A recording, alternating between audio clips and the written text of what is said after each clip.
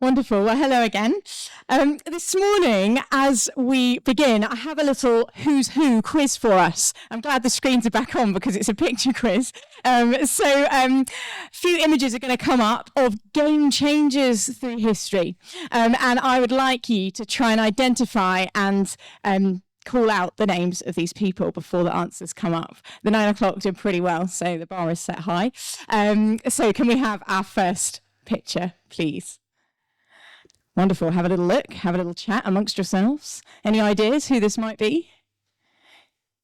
Here's a little clue. You might need to phone a friend to help you. Yes, amazing, wonderful. First one correct. Alexander Graham Bell created the telephone. Okay, next one. Okay, who is this lady? She won a couple of Nobel Prizes. Any ideas?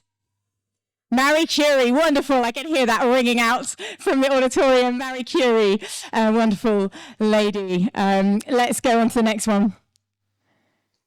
Who's this? The 9 o'clock got this very quickly. Yes, well done, amazing. Tom, you were there. Oh, was it? Okay. You just hear Tom's voice coming down. Next one. Slightly more modern. Any ideas who this man might be? You might want to search the internet to find him. Tim Berners-Lee, absolutely, Cole. Thank you very much. And finally, who's this? Any ideas? Any bright ideas? Thomas Edison, I heard it over here. Yes, the creator of the light bulb. There we go. So guys, well done. You did pretty well with that little quiz as we begin. Game changers throughout history. Now, as wonderful as these men and women are, and there are many, many more that could have been picked, I believe that the one who has had the biggest impact throughout history is Jesus Christ. And this passage that we've looked at this morning, his resurrection from the dead, has changed the course of history. But the question I want us to ask this morning is, what does that mean for us today? As Martin said, it's a pretty familiar passage to lots of us, perhaps, this morning. But what is it that this means for us today? And that's what we're going to be thinking about over the next few minutes. And the first thing that I want to draw out of this wonderful resurrection passage that we've heard this morning is that death is not the end of the story. Death is not the end of the story. A few years ago, I and a few friends decided to go for a New Year's Eve walk. We were in the Lake District, and surprisingly, it was very, very wet. There was a high bulk factor recorded that day, and so we decided to go for rather than a low-level walk, we'd go high. And the forecasts were 50-mile-an-hour winds, but we thought, well, that'll be... It felt all right down the bottom, so we thought it'll be fine.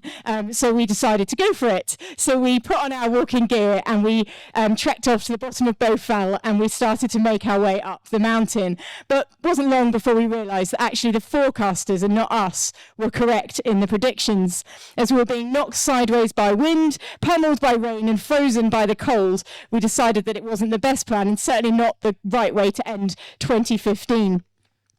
We couldn't even see 1 metre in front of us as we were approaching the top, and the reality is we never actually made it to the top because the conditions were so bad we couldn't stand up, so we had to turn around and go back down. It was all a bit of an anticlimax after all of that effort.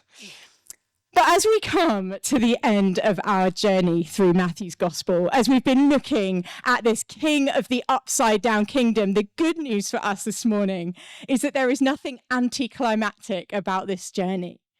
There's nothing anticlimactic about the end of Matthew's Gospel. We don't come to the end and find ourselves in wind and cloud and rain.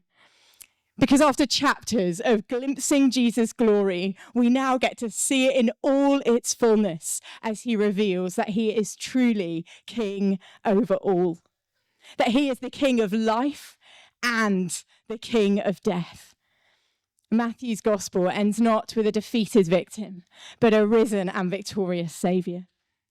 And throughout his life, we've seen that Jesus displayed his power in all sorts of ways. Power over nature, power over demons, power over sickness. And now he shows that he has power over death itself.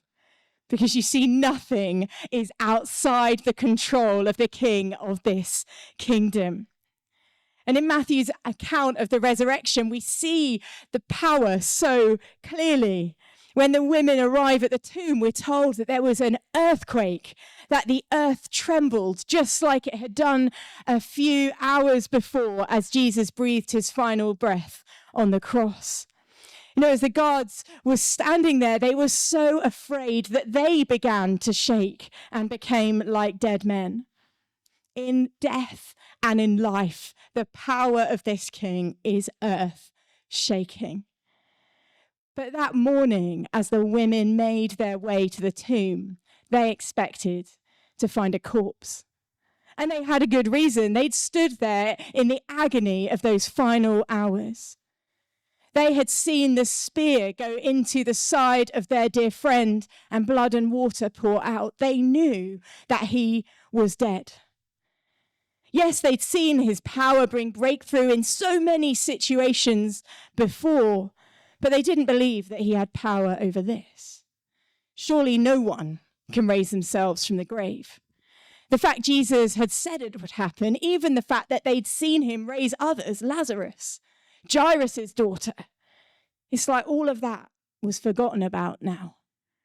All they could see in their mind's eye was the body of their dear friend, beaten, broken, dying, hanging on a Roman cross and the tomb where his body was laid.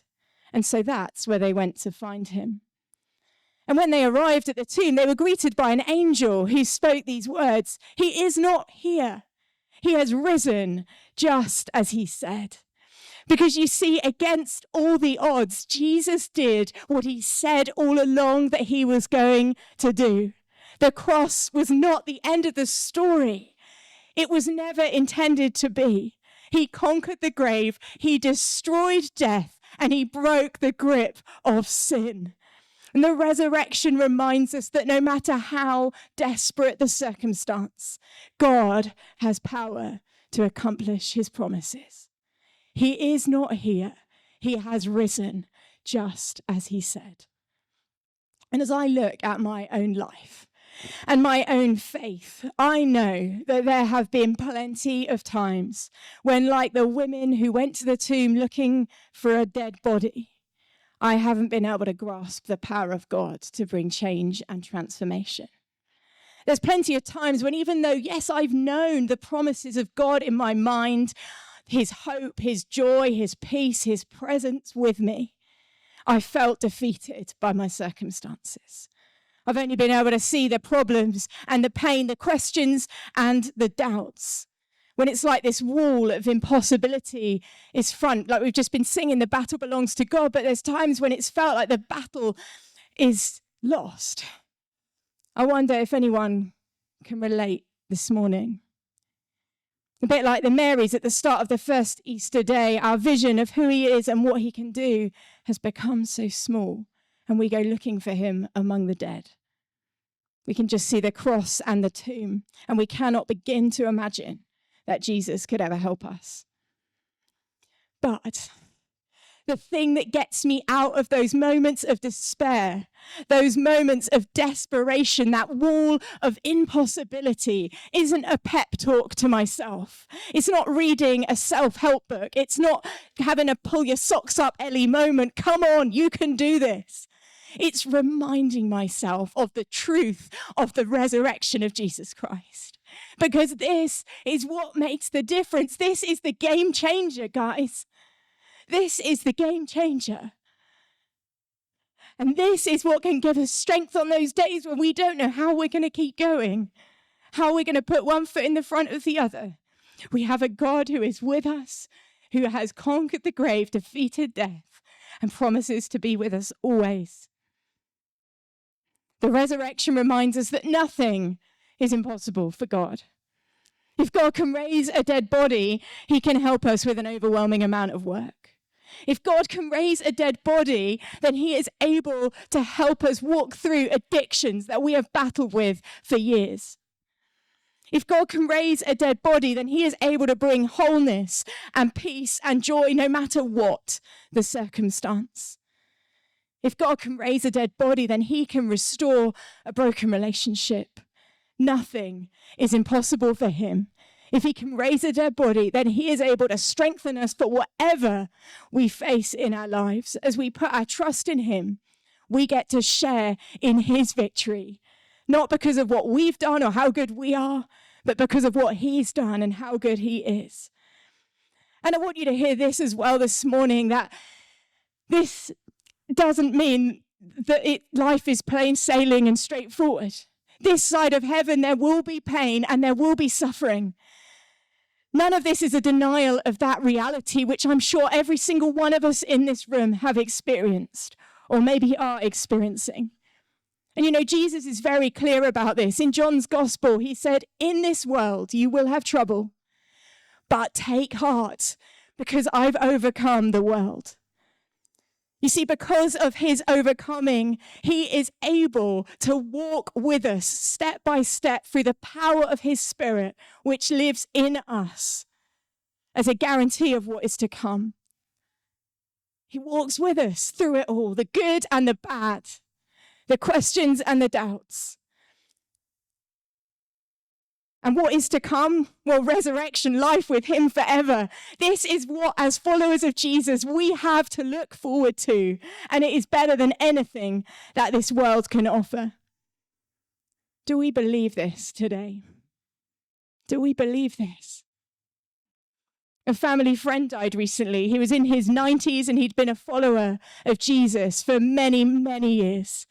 A wonderful man of God. And John was a vicar for a number of years, a lot of years, and he had a huge influence on many, many lives, including members of my family. He always had a really good sense of humor, and before he died, as he was planning his funeral, he said that he wanted to have on his coffin, emblazoned on every side and on the top, so nobody would miss it, the words, "I am not in here."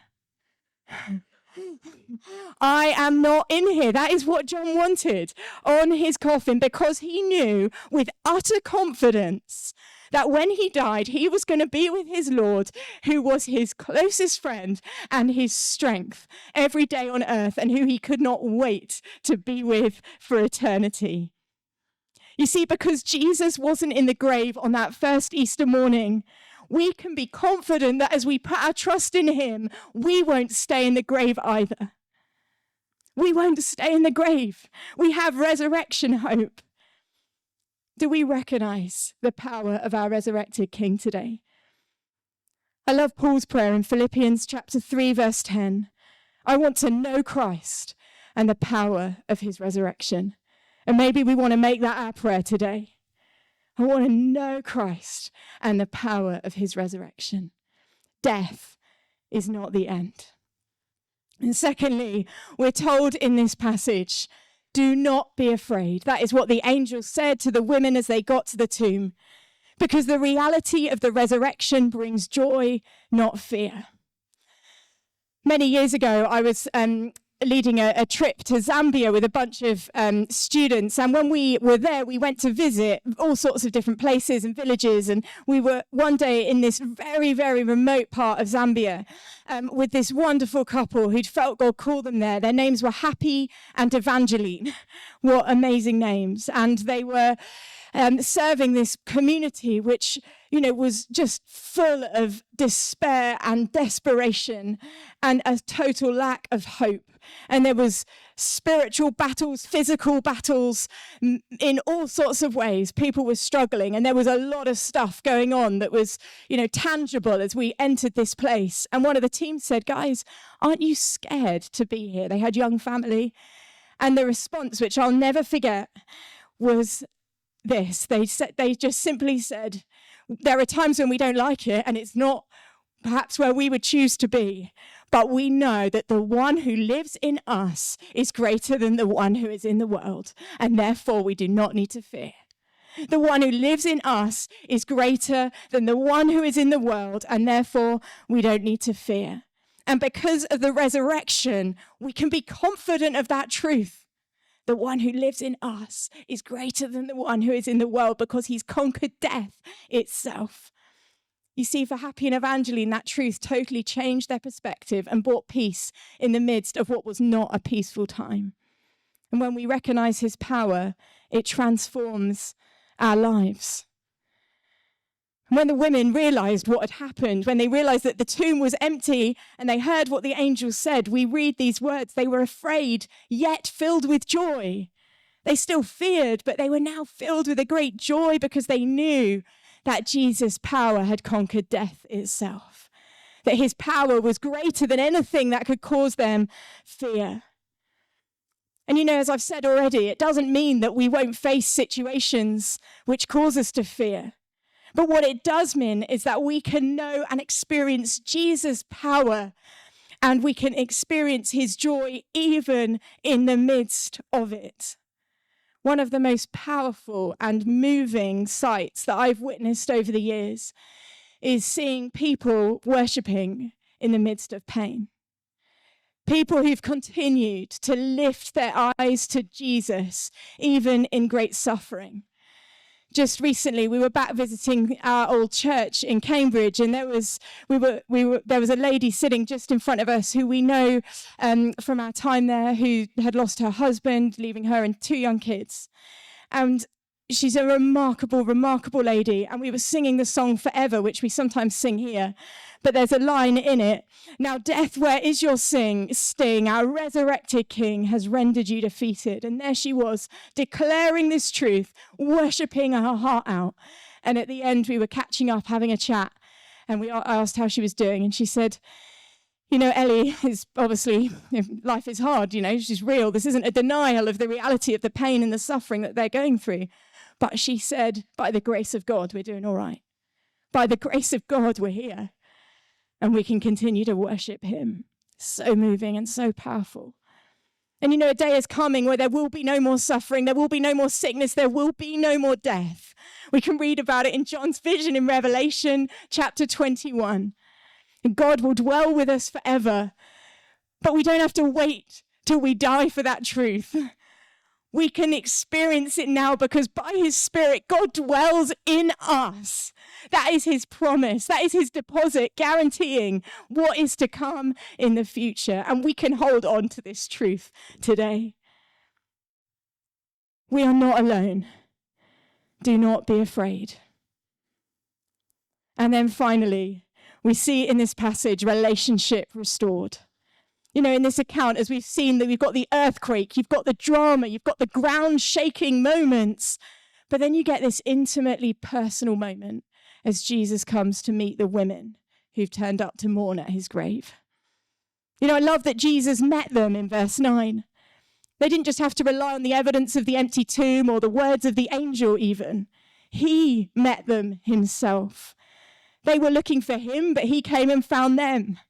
And isn't that how it's always been from the beginning of the story? God coming towards his people again and again and again. They turn their backs on him. We've rejected him again and again and again. And yet God is the one coming towards us, drawing us in and welcoming us home. They longed to meet him. And though they were looking in the wrong place, he honored that longing and he met them there. And the very fact that he revealed himself to women at all was crazy. They would have had no voice in that culture. Their testimony would have counted for nothing. If you were making this up, they would be the last people that you'd have as witnesses of the resurrection. But for Jesus, this is who he'd been hanging out with the whole time. So why not the women? They were his friends. They were his allies. They were his disciples. They were part of his kingdom work. And so he shows himself to them, to the women. This is the king of the upside down kingdom.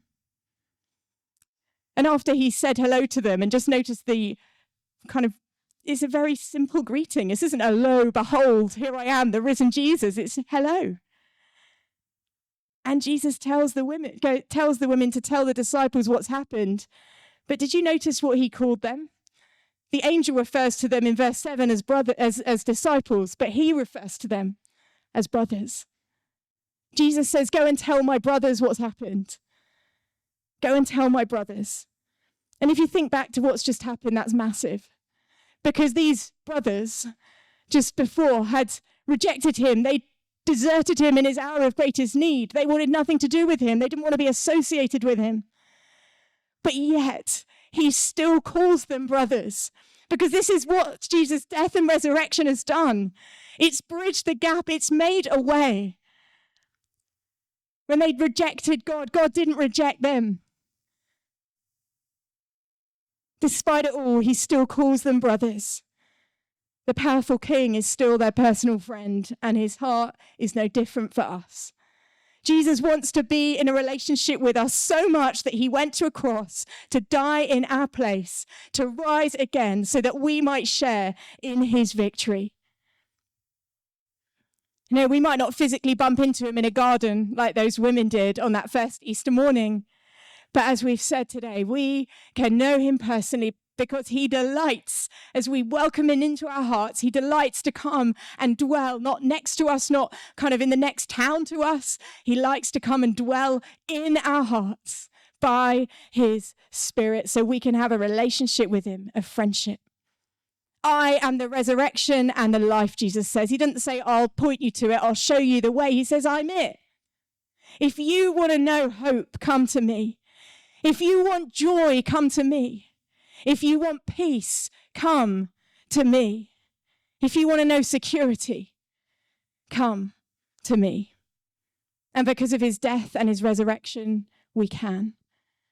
Because of what he's done, our relationship with the living God is restored. Death is not the end. We do not need to fear, and we can know relationship with the living God. 3 things the resurrection means for us today.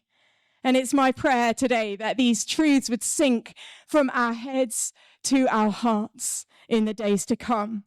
That we'd live like this is true, not because we wish it were, or because we've tried to will it into being, but because it is true.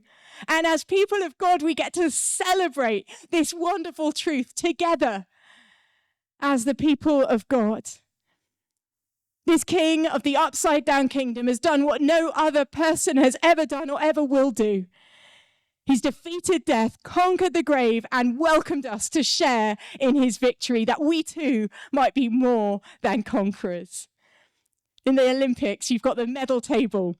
We've already thought about the Olympics this morning. And, you know, we talk daily in our house, you know, how many medals have we won today? Well, the truth is we've won none. We've been sat on the sofa. We've been watching it from our phones. We've shouted at the TV. We haven't done any of it. But because we are watching these athletes representing our country, then we share in their victory. And as we put our trust in Jesus, we get to share in the wins. There are no losses. We get to share in the greatest victory there's ever been and ever will be, the defeating of death. And we experience glimpses of it this side of heaven as God's presence is with us, his hope, his life, his peace, his joy. And one day we'll experience fully as we are risen in glory face to face with our friend and with our Saviour, Jesus Christ.